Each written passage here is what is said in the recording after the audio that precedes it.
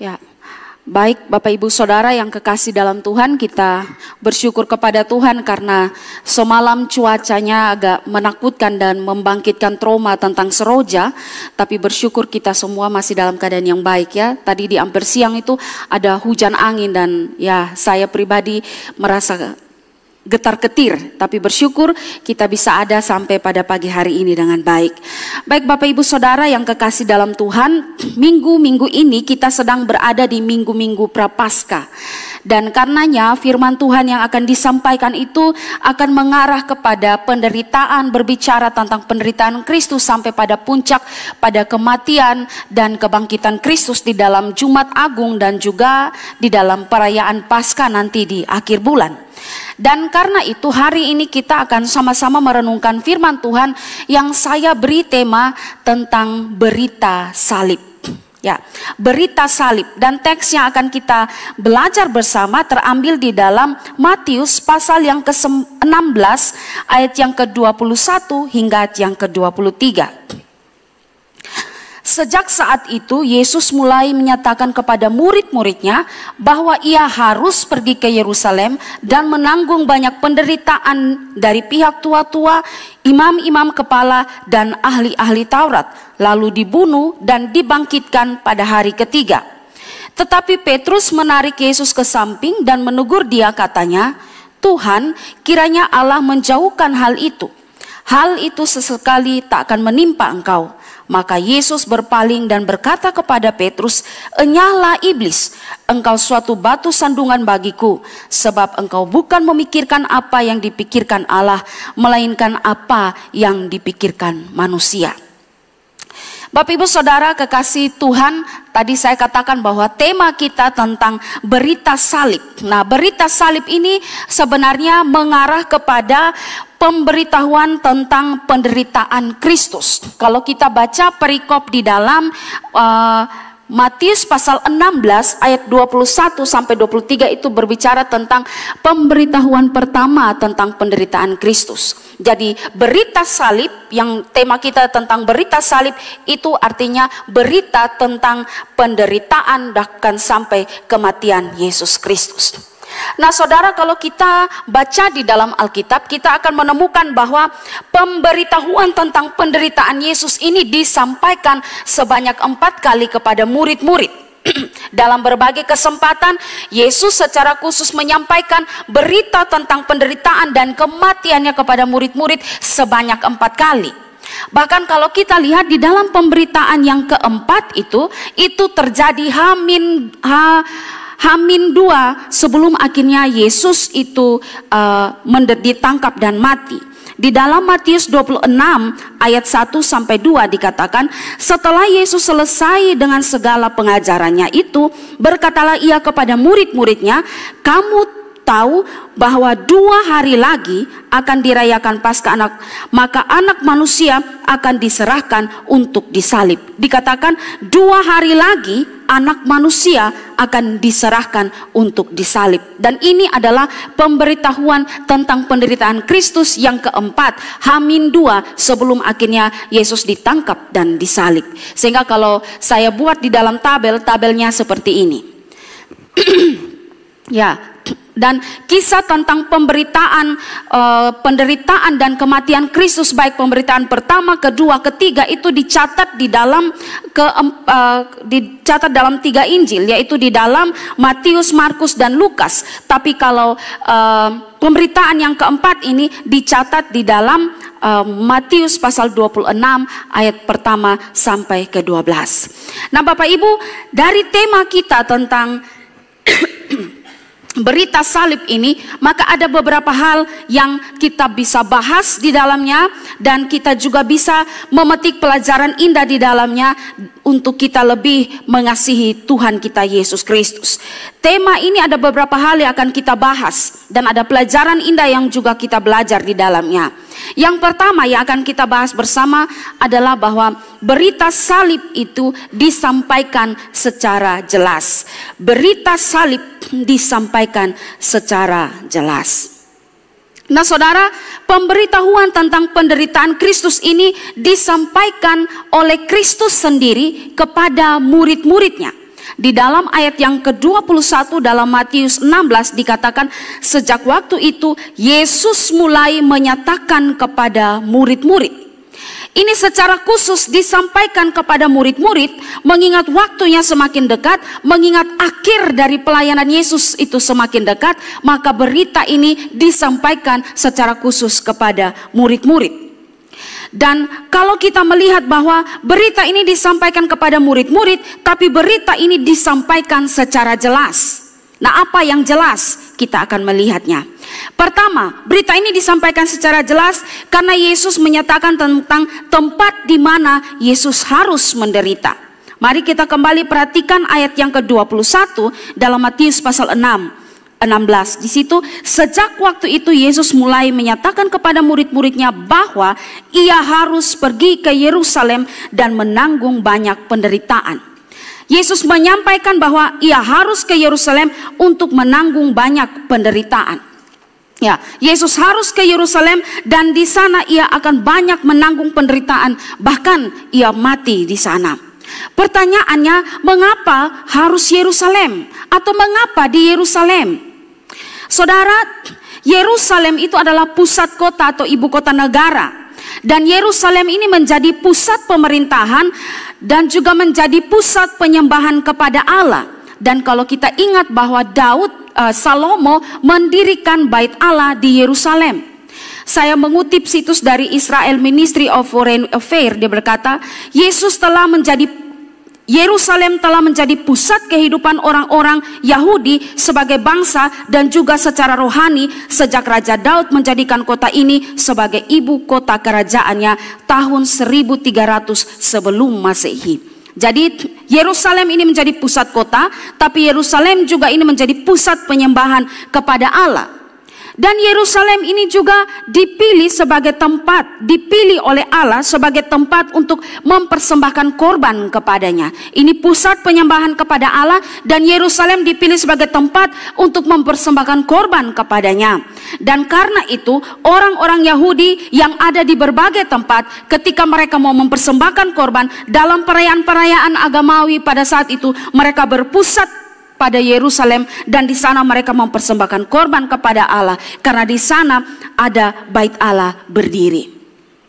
Di dalam Ulangan pasal 12 ayat 5 sampai 6 dikatakan, tetapi tempat yang akan dipilih Tuhan Allahmu dari segala sukumu sebagai kediamannya untuk menegakkan namanya di sana, tempat itulah kamu harus cari dan kesanalah kamu harus pergi.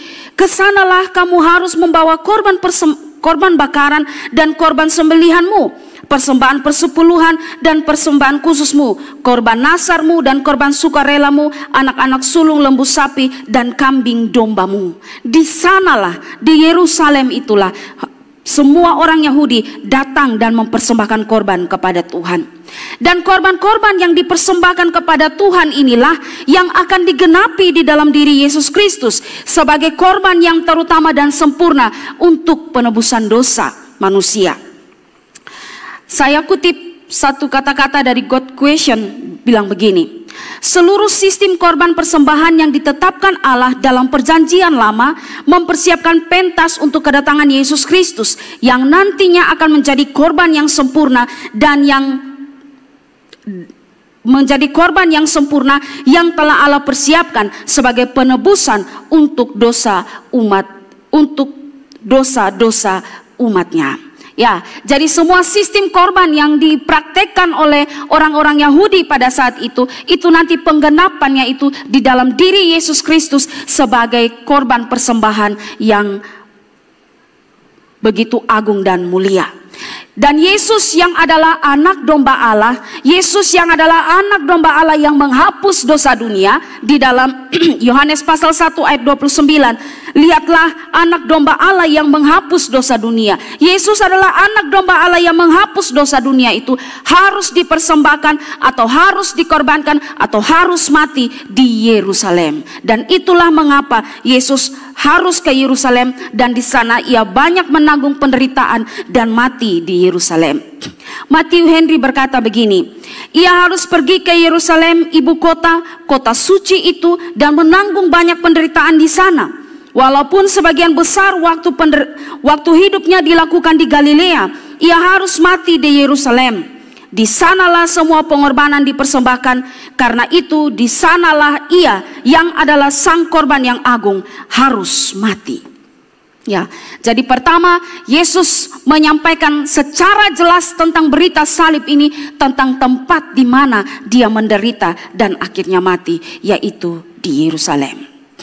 Yang kedua, Yesus menyampaikan bahwa ada orang-orang yang membuatnya menderita. Selain tempat, tapi Yesus menyampaikan orang-orang yang membuatnya menderita. Mari kita kembali perhatikan di dalam ayat yang ke-21. Dibilang bahwa sejak waktu itu Yesus mulai menyatakan kepada murid-muridnya bahwa ia harus pergi ke Yerusalem dan menanggung banyak penderitaan dari pihak tua-tua, imam-imam kepala, dan ahli-ahli Taurat. Jadi orang-orang disebutkan pihak tua-tua, imam-imam kepala, dan ahli-ahli Taurat. Lukas 9 ayat 22. Dan Yesus berkata, anak manusia harus menanggung banyak penderitaan dan ditolak oleh tua-tua, imam-imam kepala, dan ahli-ahli Taurat. Ya, Yesus menyebutkan pihak-pihak yang turut andil di dalam penderitaannya, bahkan yang punya rencana jahat terhadap dia, yaitu tua-tua, imam-imam kepala, dan ahli-ahli Taurat. Dan di sini Yesus menyatakan bahwa penderitaan itu datang dari tua-tua, imam-imam kepala, ahli-ahli Taurat, dan ini terbukti bahwa mereka merencanakan atau mencari jalan untuk dapat membunuh Yesus. Lukas pasal 22 ayat 2. Imam-imam kepala dan ahli-ahli Taurat mencari jalan bagaimana mereka dapat membunuh Yesus. Ya, sekali lagi, imam-imam kepala dan ahli-ahli Taurat mencari jalan bagaimana mereka dapat membunuh Yesus, sebab mereka takut kepada orang banyak. Ya, mereka sudah punya rencana jahat, mencari jalan, mencari celah bagaimana mereka dapat membunuh Yesus. Yohanes pasal 11 ayat 57. Sementara itu imam-imam kepala dan ahli dan orang-orang Farisi telah memberikan perintah supaya setiap orang yang tahu di mana dia berada memberitahukannya agar mereka dapat menangkap dia. Nah, kalau di dalam Yohanes pasal yang ke-11 ayat 57, ini di sini Yesus baru selesai membangkitkan Lazarus yang mati itu, yang sudah 4 hari mati dan dikubur. Yesus membangkitkan Lazarus yang mati, lalu banyak orang yang melihat dan menjadi percaya, dan nama Yesus menjadi tersiar di mana-mana. Dan saat itu ahli-ahli Taurat, orang Farisi, para pemuka agama, mereka duduk dan bersepakat untuk merencanakan bagaimana supaya membunuh Yesus. Dan karena itu mereka memberitahukan bahwa kalau ada yang tahu di mana Yesus, kasih tahu mereka supaya mereka dapat menangkap dia dan memberikan tuduhan-tuduhan palsu sampai bisa membunuh Yesus. Nah, saudara, di sini menarik bahwa orang-orang ini adalah orang-orang yang memiliki jabatan-jabatan rohani yang sangat tinggi. Orang-orang ini bukan orang-orang yang kelas rendah. Orang-orang ini adalah pejabat-pejabat, orang-orang yang terhormat, yang sangat dihormati, dan mereka ini tergabung di dalam mahkamah agama atau Dewan Sanhedrin. Jadi baik itu ahli-ahli Taurat, baik itu imam-imam kepala, baik itu orang-orang Farisi, mereka itu punya kedudukan tinggi, mereka punya kedudukan tinggi di dalam keagamaan, dan mereka sangat dihormati. Mari kita lihat tabel ini. Ya, mereka ini tergabung di dalam mahkamah agama atau Dewan Sanhedrin. Dan mereka ini beranggotakan 23 sampai 71 orang khusus masalah keagamaan saja. Dan kalau kita lihat tua-tua Yahudi itu, mereka adalah tua-tua bangsa Yahudi, berperan sebagai kaum ningrat berstatus awam. Sejak zaman perjanjian lama, para tua-tua memegang kuasa kolegial keagamaan dan politik atas Israel. Imam-imam kepala, siapa mereka? Mereka ini imam-imam kepala adalah para anggota aristokrasi imam-imam di Yerusalem yang mengikut sidang-sidang mahkamah agama Sanhedrin. Mereka memelihara keuangan dan menjaga bait Allah. Ahli Taurat juga bisa disebut sebagai cendekiawan Yahudi yang dilatih untuk mengembangkan ajaran Taurat, mengajar murid-murid, baik melalui lisan maupun tulisan, dan menerapkan hukum Taurat dalam lingkungan orang Yahudi. Kita melihat ini 3 golongan atau 3 jabatan yang ada: tua-tua Yahudi, imam-imam kepala, ahli-ahli Taurat. Mereka orang-orang yang berpengaruh di dalam keagamaan pada saat itu. Tapi justru yang terjadi adalah mereka menjadi orang yang paling gigih dan paling kental untuk berusaha membinasakan Yesus. Ya, di dalam Matius 27 ayat 1 dikatakan, ketika hari mulai siang, semua imam kepala dan tua-tua bangsa Yahudi berkumpul dan mengambil keputusan untuk membunuh Yesus. Mereka adalah dalang atau otak yang memproklamirkan untuk menangkap, membinasakan Yesus pada saat itu. Matthew Henry berkata, mereka semuanya tergabung di dalam mahkamah agama atau Sanhedrin yang berkedudukan di Yerusalem dan sangat dihormati orang banyak. Orang-orang yang seharusnya menjadi yang terdepan dalam mengakui dan menghormati Kristus justru menjadi yang paling sengit dalam menganiaya Dia.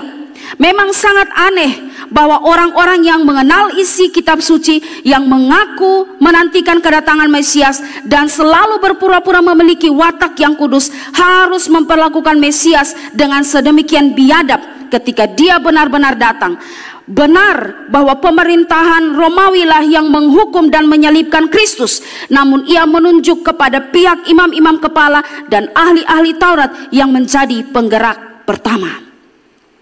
Jadi kita melihat bagaimana Yesus di dalam pemberitahuan tentang penderitaannya sebanyak 4 kali itu, Dia memberitahukan secara jelas tentang pihak-pihak yang terlibat, yang menangkap dan membinasakan Kristus. Memang di bawah pemerintahan Romawi Yesus disalibkan, tetapi Yesus menunjukkan pihak-pihak imam kepala, ahli-ahli Taurat, mahkamah agama itulah yang menjadi penggerak, dalang, otak di balik semua penderitaan atau hukuman yang terjadi pada Yesus. Nah, itu yang kedua, Yesus menyampaikan pihak-pihak yang terlibat. Yang ketiga, Yesus sampaikan secara jelas tentang penderitaan yang harus Ia tanggung. Kita kembali lihat ayat 21, dikatakan dan menanggung banyak penderitaan. Lalu ada dikata di situ dibunuh. Menanggung banyak penderitaan lalu dibunuh. Matius 20 ayat 19, dan mereka akan menyerahkan Dia kepada bangsa-bangsa yang tidak mengenal Allah, supaya Ia diolok-olok, disesah dan disalibkan. Kalau kita lihat 2 ayat ini, dikatakan Dia menanggung banyak penderitaan, dibunuh, diolek-olok, disesah dan disalibkan. Ini penderitaan yang begitu luar biasa. Saya kembali mengutip perkataan dari Matthew Henry. Dia bilang begini, kedengkian musuh-musuhnya yang tidak pernah terpuaskan serta kesabarannya yang tak terkalahkan terungkap dalam berbagai jenis dan banyaknya penderitaan yang harus Ia tanggung. Ia menanggung banyak penderitaan, dan dalam puncak kekejaman mereka tidak ada yang lebih memuaskan mereka selain kematiannya, dan oleh karena itu Ia harus dibunuh.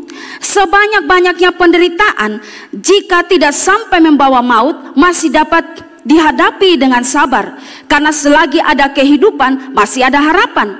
Akan tetapi kalau harus sampai menemui kematian, lebih baik tidak didahului dengan macam-macam penderitaan, supaya tidak begitu mengerikan. Tetapi apa mau dikata, terlebih dahulu Ia harus menanggung banyak penderitaan lalu dibunuh. Ya, kalau saya bisa menangkap kata-kata dari Matthew Henry bilang, kalau kita disiksa tanpa dibunuh itu masih ada harapan. Tapi ini kalau langsung dibunuh juga jauh lebih baik. Tapi kalau ini disiksa, sudah menderita baru dibunuh, maka ini penderitaan yang benar-benar mengerikan. Ya, saya beberapa kali dalam kunjungan jemaat ada yang bilang, ibu saya ini mau melahirkan tapi tidak bisa. Lalu dokter kasih perangsang, sudah 2 ampul, sakitnya minta luar biasa, minta ampun sakitnya. Tapi ujung-ujung saya operasi. Tahu begitu, tidak usah menderita dengan sakit karena pakai rangsangan. Lebih baik langsung operasi, penderitaan selesai. Tapi ini dobel, sudah sakit karena perangsang, lalu operasi sesar. Ini sakit yang baru begini yang saya rasa. Tapi bagaimana dengan Kristus waktu itu? dengan berbagai penderitaan secara fisik yang dihadapi. Orang-orang menuduh dengan tuduhan-tuduhan yang lain, disesah, dicambuk, baru dipakukan. Ini penderitaan yang luar biasa. Dan dia menyampaikan secara jelas kepada murid-murid. Yang berikut yang Yesus sampaikan secara jelas kepada murid-murid, selain penderitaan yang dia hadapi, tapi dia juga menyampaikan ada penghiburan dari penderitaannya. Kita kembali lihat ayat yang ke-21 Matius pasal 6. Dikatakan, dan dibangkitkan pada hari yang ketiga. Ya. Jadi dia ditangkap, lalu dia menderita, dia mati, tapi ada satu kegembiraan, yaitu bahwa dia dibangkitkan pada hari yang ketiga. Sekalipun Yesus memberitahukan tentang penderitaan dan kematiannya, Yesus juga memberitakan tentang kebangkitannya, bahwa ia akan bangkit pada hari yang ketiga. Dan ini merupakan sebuah berita penghiburan bagi mereka pada saat itu yang sedih atau tertekan karena penderitaan yang Yesus sampaikan kepada mereka. Ini menjadi berita penghiburan kepada murid-murid yang mendengar berita itu ketika Yesus berbicara tentang penderitaannya dan kematian. Berita kebangkitannya adalah sebuah berita yang melegakan dan yang membawa sukacita. Saya kutip lagi dari Matthew Henry, dia bilang begini: ketika memberikan kesaksian tentang segala penderitaannya, ia juga menyaksikan kemuliaan yang akan muncul menyusul penderitaannya itu. Meskipun ia menderita, kebangkitannya pada hari ketiga membuktikan bahwa dia adalah anak Allah. Oleh karena itu, ia perlu mengatakan hal itu untuk tetap memelihara iman mereka. Leon Morris bilang begini, tetapi salib bukanlah seluruh cerita. Pada hari ketiga, anak manusia akan dibangkitkan. Kebangkitannya adalah sama pastinya dengan penyalibannya. Jadi berita kebangkitannya adalah berita membawa penghiburan. Dan ini juga untuk memelihara iman dari murid-murid pada saat itu, agar mereka tidak terlalu tergoncang atas apa yang menimpa guru mereka. Jadi pada bagian ini kita bisa melihat bagaimana Kristus dengan jelas menyampaikan berita salib tentang penderitaan, kematiannya dan kebangkitannya kepada murid-murid. Dan ini disampaikan 4 kali kepada murid-murid. Bahkan H-2 sebelum pemberitahuan yang keempat itu dilakukan, H-2 sebelum Yesus akhirnya akan menderita. Ini menjadi penekanan, dan saya melihat bahwa ini adalah berita yang sangat penting, sehingga Yesus mengulang sebanyak 4 kali diberitahukan kepada murid-murid, agar supaya murid-murid dapat mengerti dan mempersiapkan diri jika harinya akan tiba. Nah, itu yang pertama yang kita belajar, bahwa berita salib itu disampaikan secara jelas, bahkan berulang sebanyak 4 kali Yesus menyatakan kepada murid-murid. Yang kedua yang kita belajar, bahwa berita salib ini disampaikan pada waktu yang tepat. Dia bukan saja menyampaikan secara jelas, tapi dia menyampaikan pada waktu yang tepat. Saudara, Yesus pernah mengajar secara samar-samar tentang kematian dan kebangkitannya di dalam Yohanes pasal 2 ayat 19 sampai 21. Dikatakan, jawab Yesus kepada mereka, rombak bait Allah ini dan dalam 3 hari aku akan mendirikannya kembali. Lalu kata orang Yahudi kepadanya, 46 tahun orang mendirikan bait Allah ini, dan engkau dapat membangunnya dalam 3 hari? Tetapi yang dimaksudkan dengan bait Allah ialah tubuhnya sendiri. Kemudian sesudah ia bangkit dari antara orang mati, barulah teringat oleh murid-muridnya bahwa dahulu hal itu telah dikatakannya, dan mereka pun percaya akan kitab suci dan akan perkataan yang telah diucapkan Yesus. Jadi Yesus pernah mengajar tentang berita salib ini, tentang kematian dan penderitaannya, tapi secara samar-samar.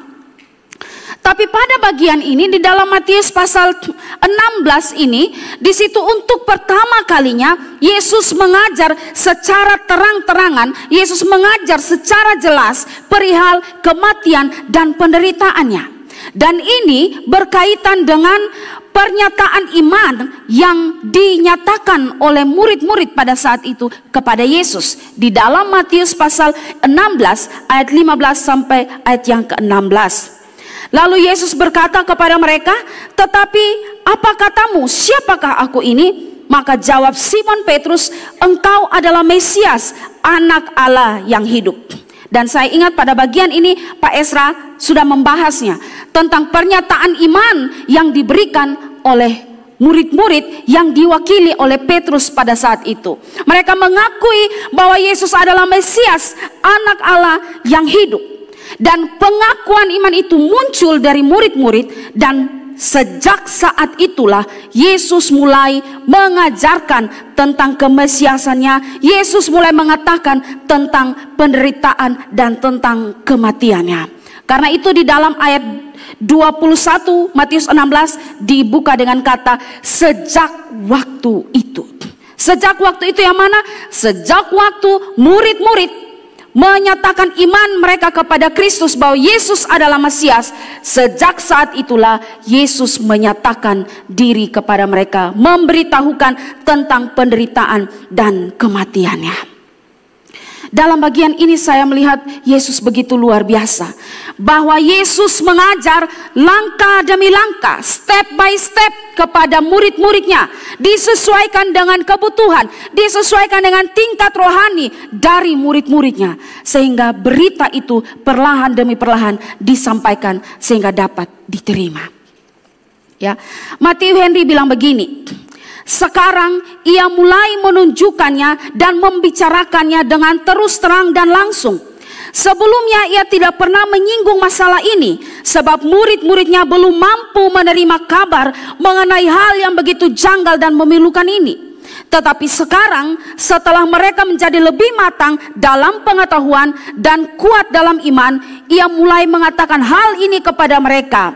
Perhatikanlah, Kristus mengungkapkan pikirannya kepada umatnya secara perlahan. Ia menunggu sampai mereka sanggup menanggung dan menerimanya. Wow, Yesus begitu luar biasa. Dia tunggu sampai bagaimana murid-murid ini sudah bisa menerima, baru dia menyatakan sesuatu yang besar ini. Albert Barnes berkata, dia telah melakukan banyak hal untuk meyakinkan mereka bahwa dia adalah Mesias. Dia melihat dari pengakuan Petrus kalau mereka telah yakin, dan dia mulai mempersiapkan pikiran mereka untuk menghadapi peristiwa mengerikan yang ada di depannya, penyaliban dan kematiannya. Jika Yesus mengatakan hal ini saat pertama kali dia memanggil mereka, maka mereka tidak akan pernah mengikut dia. Coba ketika Yesus panggil murid-murid yang pertama, lalu Yesus menyampaikan langsung tentang penderitaan kematiannya ini, saya rasa tidak ada murid-murid yang mengiring dia. Tapi Yesus melihat sampai pada waktu yang tepat, Yesus kemudian dapat mengajar sesuatu yang penting dan berat dan memilukan ini kepada murid-murid. Yesus tidak mengajar, memberitahukan semuanya pada awal pemanggilan murid-murid, karena dapat dipastikan mereka tidak sanggup untuk menerima semua ini. Tapi Yesus menyampaikan secara perlahan, secara bertahap, disesuaikan dengan kemampuan pemahaman murid-murid dalam menerimanya. Yesus menyampaikan berita ini pada saat yang tepat, pada saat murid-murid dirasa sudah siap untuk menerimanya. Ya, sungguh benar ini hal yang luar biasa. Pemberitahuan akan Mesias yang menderita dan mati itu sesuatu yang penting bagi murid-murid pada saat itu, dan disampaikan pada saat yang tepat. Nah, mengapa Yesus mengulang berita ini sebanyak 4 kali dan pada saat yang tepat? Ketika mereka sudah punya iman atau yakin bahwa Yesus adalah Mesias, dan kemudian Yesus langsung memberikan berbagai pemahaman kepada mereka bahwa Mesias itu harus mati, Mesias akan menderita dan mati dan bangkit. Dan ini penting bagi murid-murid. Sebab apa? Sebab murid-murid yang adalah orang Yahudi yang mempunyai pandangan yang salah dan tidak berdasar tentang Mesias. Mereka berpikir bahwa Mesias akan memberikan kemenangan atau kebahagiaan duniawi bagi mereka. mereka. Dan karena itu saat ada muncul iman, lalu Yesus kasih pemahaman yang benar. Kalau kalian percaya saya Mesias bukan dalam bayangan kalian, tapi saya adalah Mesias yang akan mati, yang akan bangkit dan memberikan kemenangan secara rohani. Semua ini agar supaya murid-murid memiliki pandangan yang benar tentang Mesias, bahwa Mesias harus menderita dan mati. Saya membaca beberapa penjelasan dari Pak Budi. Pak Budi bilang begini, saat murid-murid sudah punya pemahaman atau mulai beriman bahwa Yesus ini adalah Mesias yang mereka nanti-nantikan, pemahaman ini masih kurang. Yesus perlu menambahkan sesuatu yang penting tentang Mesias. Dan kemudian Yesus berbicara tentang penderitaan dan kematian dan kebangkitan kepada murid-murid agar mereka punya pandangan yang benar. Ya, saya kembali kutip perkataan dari Matthew Henry. Hari ini saya banyak kutip tentang Matthew Henry. Dia bilang begini, pemberitahuan ini dimaksudkan untuk memberikan mereka sebuah gambaran yang sama sekali berbeda tentang kerajaan yang kedatangannya telah mereka beritakan selama ini. Mereka harus memperbaiki kekeliruan mereka mengenai kerajaan ini. Orang-orang yang mengikut Kristus harus diberitahu dengan jelas mengenai hal ini dan diperingatkan supaya mereka tidak mengharapkan hal-hal besar di dunia ini.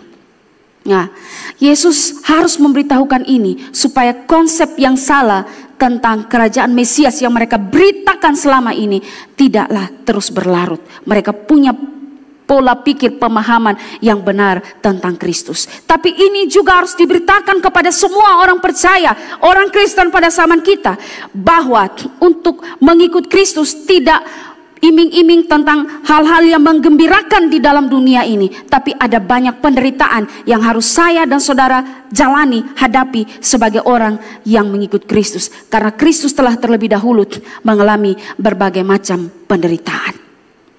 Ya, karena itu kalau ada teologi kemakmuran yang berkembang bahwa ikut Yesus pasti sukses, ikut Yesus pasti kaya, ikut Yesus pasti makmur dan sebagainya, itu pemahaman, itu teologi yang tidak berdasar dalam firman Tuhan, dan itu salah. Pemberitahuan tentang penderitaan, kematian, dan kebangkitan Kristus ini juga sangat penting bagi murid-murid pada saat itu, agar supaya mempersiapkan diri murid-murid. Karena kalau waktu itu tiba, mereka sudah siap. Dan supaya murid-murid bisa menyiapkan diri bahwa guru mereka, Yesus, mengalami banyak penderitaan, dia mati, maka mereka juga pasti akan mengalami berbagai-bagai penderitaan dalam pengeringan akan dia. Dan hal ini disampaikan 4 kali, menunjukkan ini penting, berita penting yang Yesus mau sampaikan kepada murid-murid. Matthew Henry bilang begini lagi, jika mereka tidak memiliki dasar yang benar dalam keyakinan bahwa Kristus adalah anak Allah, maka hal ini, penderitaan dan kematiannya akan menjadi goncangan yang hebat bagi iman mereka.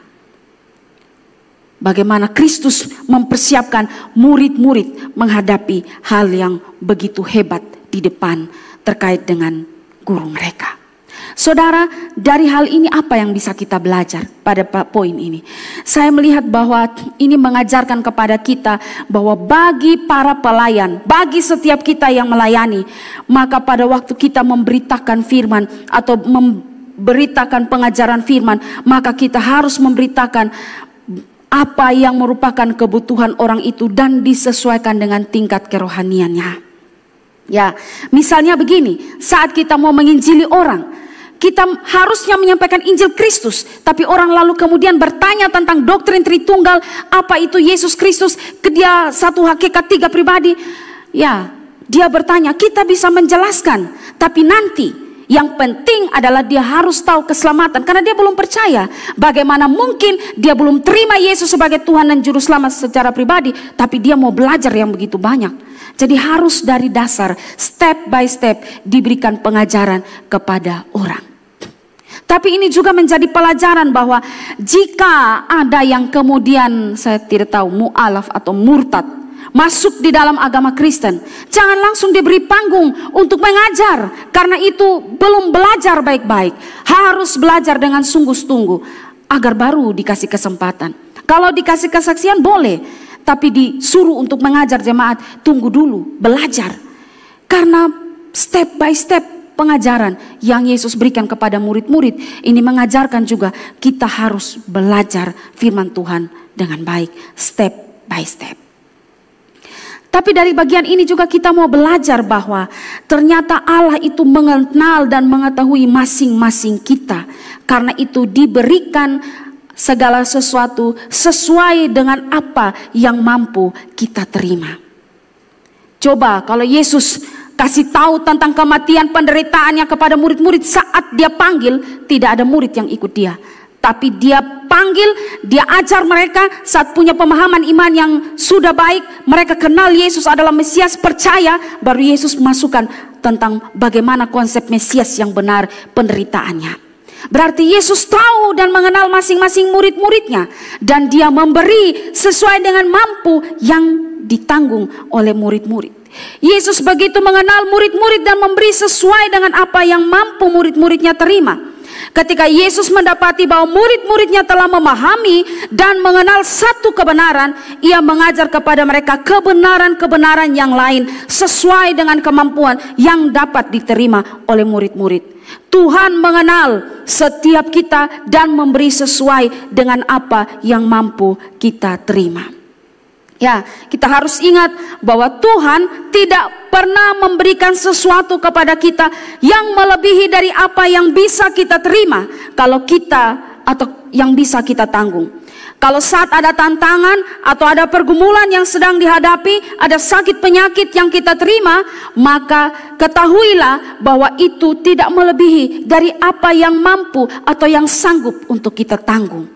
Dia tahu batas kemampuan kita dan dia beri tanggung jawab sesuai dengan batas kemampuan kita dalam pemahamannya.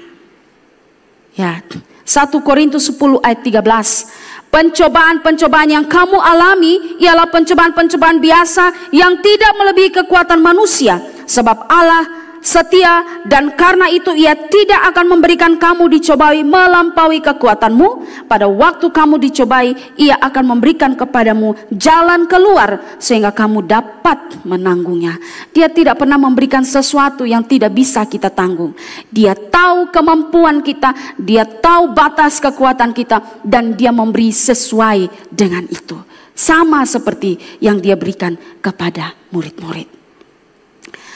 Itu pelajaran kedua. Pelajaran ketiga tentang berita salib, bahwa berita salib itu akan tergenapi dan tidak ada yang menghalanginya. Berita salib disampaikan secara jelas, berita salib disampaikan pada waktu yang tepat. Yang ketiga, berita salib itu akan tergenapi dan tidak akan ada yang menghalanginya. Saudara, saat Yesus memberitahukan tentang penderitaan, kematian, kebangkitannya kepada murid-murid, dan saat itu Petrus berespon kepada Yesus. Ayat 22 dibilang, tetapi Petrus menarik Yesus ke samping dan menegur dia, katanya, Tuhan, kiranya Allah menjauhkan hal itu. Hal itu sesekali takkan menimpa engkau. Ini Petrus luar biasa berani. Dia ini orang yang mudah atau cepat berekspresi. Dia langsung tarik Yesus ke samping lalu bilang, Tuhan, sesekali hal itu tidak akan terjadi. Allah kiranya menjauhkan hal itu dari engkau. Sesekali hal itu takkan menimpa engkau. Dia berkata demikian kepada Yesus. Penjelasan dari Stef Lex begini. Di balik kata ini terasa satu teguran keras. Petrus berpendapat bahwa Yesus tidak pantas bicara begitu. Yesus tidak pantas bicara bahwa dia akan mati. Ya, Stephen Lex dia bilang begini, hal itu sesekali tidak menimpa engkau. Maksudnya, jangan Allah membiarkan hal itu menimpa engkau. Dalam ucapan ini terasa penolakan terhadap rencana Allah yang sebelumnya sudah dijelaskan oleh Yesus, walaupun Injil tidak melaporkannya secara rinci. Dia bilang hal ini tidak sesekali tidak menimpa engkau, artinya jangan Allah membiarkan hal itu menimpa engkau. Dan ini penolakan dari Petrus terhadap kata-kata Yesus, walaupun Yesus sudah menjelaskan kepada Petrus. Ini terlihat bahwa Petrus tidak mengerti firman Tuhan dan Petrus punya konsep yang tadi saya bilang, mereka itu latar belakang orang Yahudi, punya konsep yang berbeda tentang Mesias. Dan karena itulah konsep yang ada di kepalanya ini, sehingga itu membuat dia menolak atau menegur dengan keras apa yang menjadi pernyataan Yesus. Sudah punya konsep begini, Mesias itu akan, kerajaan Mesias itu berkaitan dengan kerajaan duniawi, Yesus memberikan kemenangan bla bla bla. Tapi begitu Yesus bicara tentang konsep Mesias, kerajaan Mesias yang benar, Petrus tidak bisa menerima konsep itu. Lalu kemudian dia bereaksi dan menegur Yesus. Dan ini adalah sesuatu yang salah. Ini sesuatu yang salah, dan ini mengajarkan kepada kita bahwa kalau ada konsep kita, kepercayaan yang sudah kita pegang dari kecil, kalau berbenturan dengan firman Tuhan, tidak sejalan dengan firman Tuhan, maka kita harus buang konsep itu dan tunduk pada firman Tuhan yang benar dan yang sejati. Ya, jangan sama seperti Petrus pada saat itu. Petrus bersemangat seolah-olah mau melindungi Yesus untuk tidak mengalami penderitaan itu. Tapi ini pikiran yang salah, pengertian yang salah tentang Yesus Kristus dan kerajaannya. Dan kalau kita lihat lebih lanjut, respon dari Yesus pada saat itu adalah Yesus menegur Petrus dengan keras. Kalau kita lihat pada bagian sebelumnya, Yesus mengatakan pada bagian sebelumnya, maksudnya pada Matius pasal 16 ayat 15 dan 16, ketika dia mengatakan bahwa mewakili murid-murid, dia bilang, Yesus, engkau itu adalah Mesias, anak Allah yang hidup. Lalu Yesus bilang bahwa ini perkataan dari Allah. Allah bukakan ini sehingga dia bisa mengerti. Tetapi ketika Yesus mengatakan tentang dia harus menderita, mati dan bangkit, lalu Petrus menegur, Yesus kemudian membalas dengan mengatakan, tadi kamu memuji perkataannya, tapi sekarang engkau secara gegabah mengatakan perkataan yang setan atau perkataan dari setan. Di dalam ayat 23 dikatakan, maka Yesus berpaling dan berkata kepada Petrus, "Enyala iblis, engkau satu batu sandungan bagiku, sebab engkau bukan memikirkan apa yang dipikirkan Allah, melainkan apa yang dipikirkan manusia." Yesus baru saja puji Petrus, perkataan imannya adalah perkataan dari Allah. Tapi sekarang Yesus menegur dia dengan keras karena dia mengeluarkan perkataan yang berasal dari setan untuk menghalangi misi dari Yesus. Dari ayat ini ada dua kata yang Yesus berikan kepada Petrus. Pertama dikatakan, enyahlah iblis. Kenapa tidak enyahlah Petrus tapi enyahlah iblis? Apakah Petrus kerasukan iblis? Tidak. Yesus mengatakan enyahlah iblis sebab Petrus dikatakan bertindak atau berpikir seperti iblis yang menghambat misi daripada Yesus datang ke dalam dunia. Ketika Yesus berkata enyahlah iblis, maka itu Yesus mau mengatakan bahwa Petrus sementara berpikir atau bertindak seperti iblis. Pada saat kita tahu ketika Yesus dalam awal pelayanannya, dia di padang gurun berpuasa 40 hari 40 malam, iblis datang mencobai dia. Dan di atas puncak bait Allah itu iblis katakan bahwa lompatlah, Allah tidak membiarkan anaknya menderita. Dan ini sama yang dikatakan Petrus pada saat itu, bahwa dia katakan penderitaan itu tidak akan terjadi kepada Kristus. Karena itu Yesus bilang enyahlah iblis. Ya, iblis pakai Petrus dalam kata-katanya untuk supaya menggagalkan rencana ini. Matthew Henry bilang begini, lihatlah bagaimana ia menyebut Petrus iblis ketika dia menyarankan hal ini kepada Kristus. Karena apapun yang menghalangi jalan keselamatan kita, dipandangnya sebagai sesuatu yang berasal dari iblis yang menjadi musuh bebuyutannya. Petrus mencoba menghalangi misinya. Selain Yesus berkata enyahlah iblis, Yesus juga berkata, engkau menjadi batu sandungan bagiku, sebab engkau bukan memikirkan apa yang dipikirkan Allah, melainkan apa yang dipikirkan manusia. Yesus menyebut Petrus sebagai batu sandungan karena ia menghalangi Yesus melakukan misinya. Apa yang dikatakan Petrus menjadi batu sandungan bagi misi Yesus. Dan ini sungguh tragis. Kalau di dalam pasal 16 ayat 15, 16 ayat 18, Yesus baru berkata tentang Petrus adalah batu karang. Kalau kita baca kisahnya itu ya, yang dikhotbahkan oleh Pak Esra beberapa waktu, Yesus baru menyebut Petrus sebagai dia adalah batu karang, di atasnya saya akan mendirikan jemaat dan sebagainya. Tapi kemudian pada bagian ini Yesus menyebut dia sebagai batu sandungan.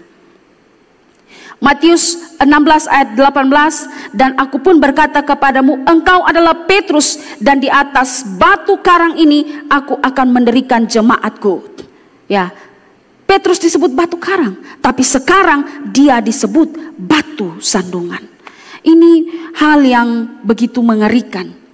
Dua kejadian itu bertolak belakang terjadi. Pertama dipuji, tapi sekarang dia ditegur oleh Kristus. Sikap Petrus ini menunjuk bahwa ia sementara menghalangi Kristus menjadi Kristus. Ia menghalangi rencana karya penyelamatan Allah. Dan Yesus tidak membiarkan apapun menghalangi berita salib karya penebusan Kristus itu. Ya, Yesus memikirkan apa yang dipikirkan oleh Allah. Yesus hidup untuk kehendak Allah. Yesus memikirkan apa yang dipikirkan oleh Bapanya yang di sorga. Yesus hanya memikirkan apa yang dikehendaki oleh Bapanya ketika datang ke dalam dunia untuk satu misi besar, karya keselamatan. Karena itu di dalam Yohanes pasal 4 ayat 34 Yesus berkata bahwa makananku ialah melakukan kehendak Dia yang mengutus aku dan menyelesaikan pekerjaannya. Dan seluruh hidup Kristus untuk menggenapi kehendak Bapa di sorga. Dan karena itu berita tentang penderitaan, kematian, kebangkitan Kristus, rencana keselamatan yang sudah direncanakan itu tidak akan bisa digagalkan. Dan Kristus tidak mengizinkan siapapun menggagalkan pemenuhan rencana tersebut. Karena itu dia menegur Petrus dengan keras. Enyahlah iblis, engkau hanya menjadi batu sandungan.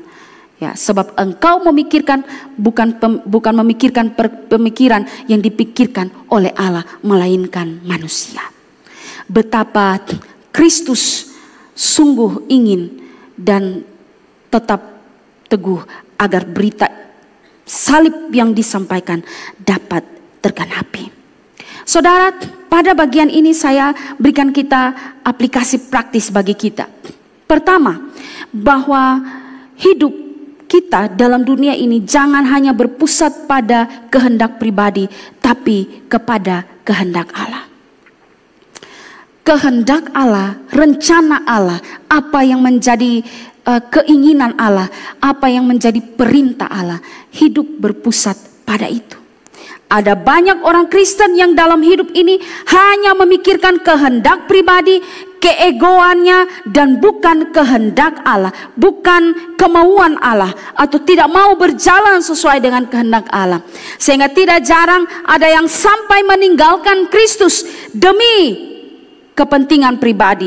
Ada yang sampai menukarkan Kristus demi keegoan pribadi, demi kehendak pribadi, demi jabatan, demi cinta, demi populer, demi diri sendiri, rela meninggalkan Kristus, tidak mau tunduk pada kehendak Kristus. Ya, bahkan kita rela meninggalkan pelayanan karena ada selisih paham, karena ada gesekan sedikit, ngambek lalu balik belakang tidak mau melayani. Ya, keegoan kita pribadi dan kehendak kita pribadi yang kita kedepankan dan bukan kehendak Allah. Yang kedua yang kita bisa belajar bahwa saat Allah menyatakan rencananya bagi kita, tugas kita adalah menerima dengan taat, bukan mempertanyakan kehendak Allah, bukan protes, bukan sama seperti Petrus yang tarik Yesus, tidak akan terjadi ini Tuhan. Allah akan menjauhkannya. Yang harus kita terima adalah kita membuka hati dan menerima. Sebab Dia itu Allah. Kita ini ciptaan. Dia itu yang maha kuasa, maha tahu. Dia tahu yang terbaik yang bisa Dia berikan untuk kita. Kita terbatas, tidak tahu apa yang terbaik untuk kita. Tapi Tuhan tahu. Karena kalau Dia tahu segala sesuatu, maka ketika Dia menetapkan akan rencananya kita menerima dengan kerelaan hati.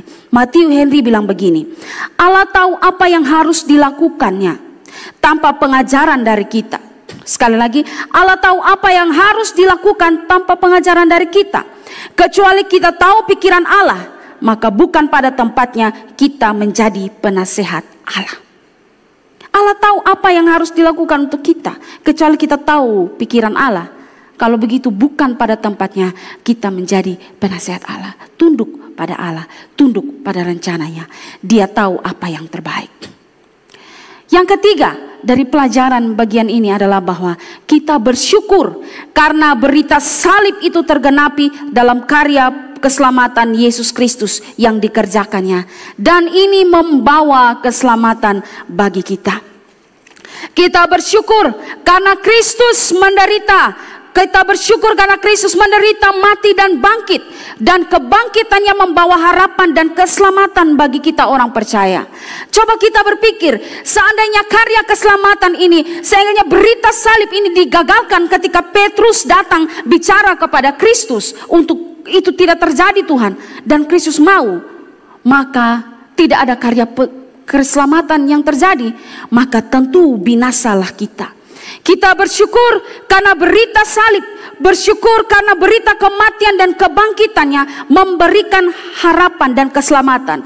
Bersyukur karena semuanya itu tergenapi. Jika tidak tergenapi, maka saya dan saudara yang adalah orang berdosa pasti binasa kekal di api neraka. Karena tidak ada juru selamat yang menebus dosa kita.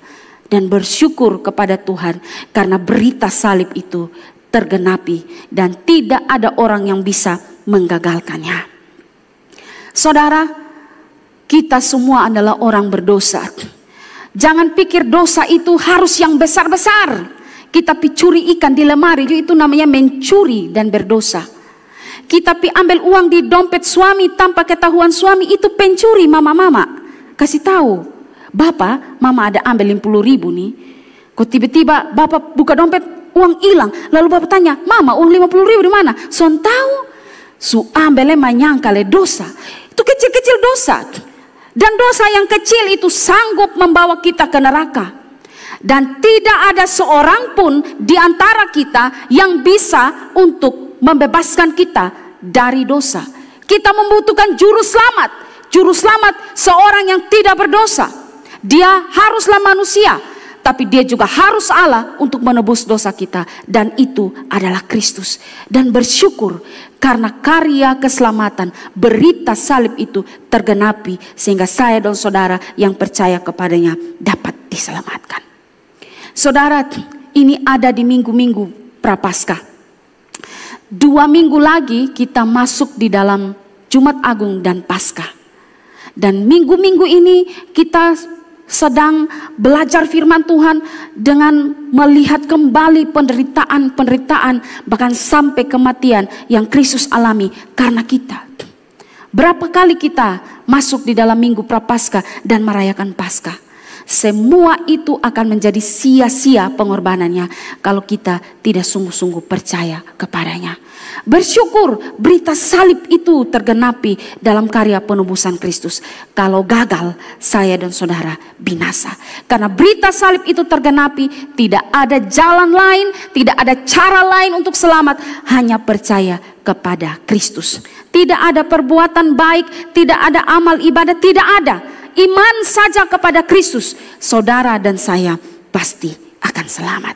Karena itu saudara, kiranya firman Tuhan yang diberitakan hari ini tentang berita salib ini membuat kita kembali mengingat akan karya-karya Kristus. Bagaimana Kristus menderita untuk saya dan saudara. Percayalah kepada Dia dan bersyukurlah karena berita salib itu tergenapi dalam karya keselamatan Kristus. Tuhan memberkati kita. Amin. Mari kita berdoa. Bapa kami di sorga, kami bersyukur, berterima kasih untuk firman Tuhan yang sederhana hari ini. Kami bersyukur karena berita salib, penderitaan, kematian dan kebangkitan Kristus itu menjadi digenapi di dalam pribadi Yesus Kristus di dalam Jumat Agung dan Paskah yang akan kami rayakan pada 2 minggu lagi. Tuhan tolong kami, hari ini semua kami yang ada di sini, bagi kami yang sudah percaya, kami mau bersyukur untuk karya keselamatan itu. Tapi bagi orang-orang yang belum percaya, atau mungkin ada saudara-saudara yang hadir dalam ibadah di tempat ini, yang belum pada satu titik mengenal dan menjumpai Kristus secara pribadi, biarlah Tuhan pada momen ini Roh Kudus bekerja membukakan hati mereka dan mereka boleh percaya kepada Kristus. Sekali lagi Tuhan, kami bersyukur untuk firman Tuhan hari ini dan bersyukur untuk karya keselamatan yang tergenapi dalam Yesus Kristus. Terima kasih Tuhan, dalam nama Tuhan Yesus Kristus kami berdoa. Amin.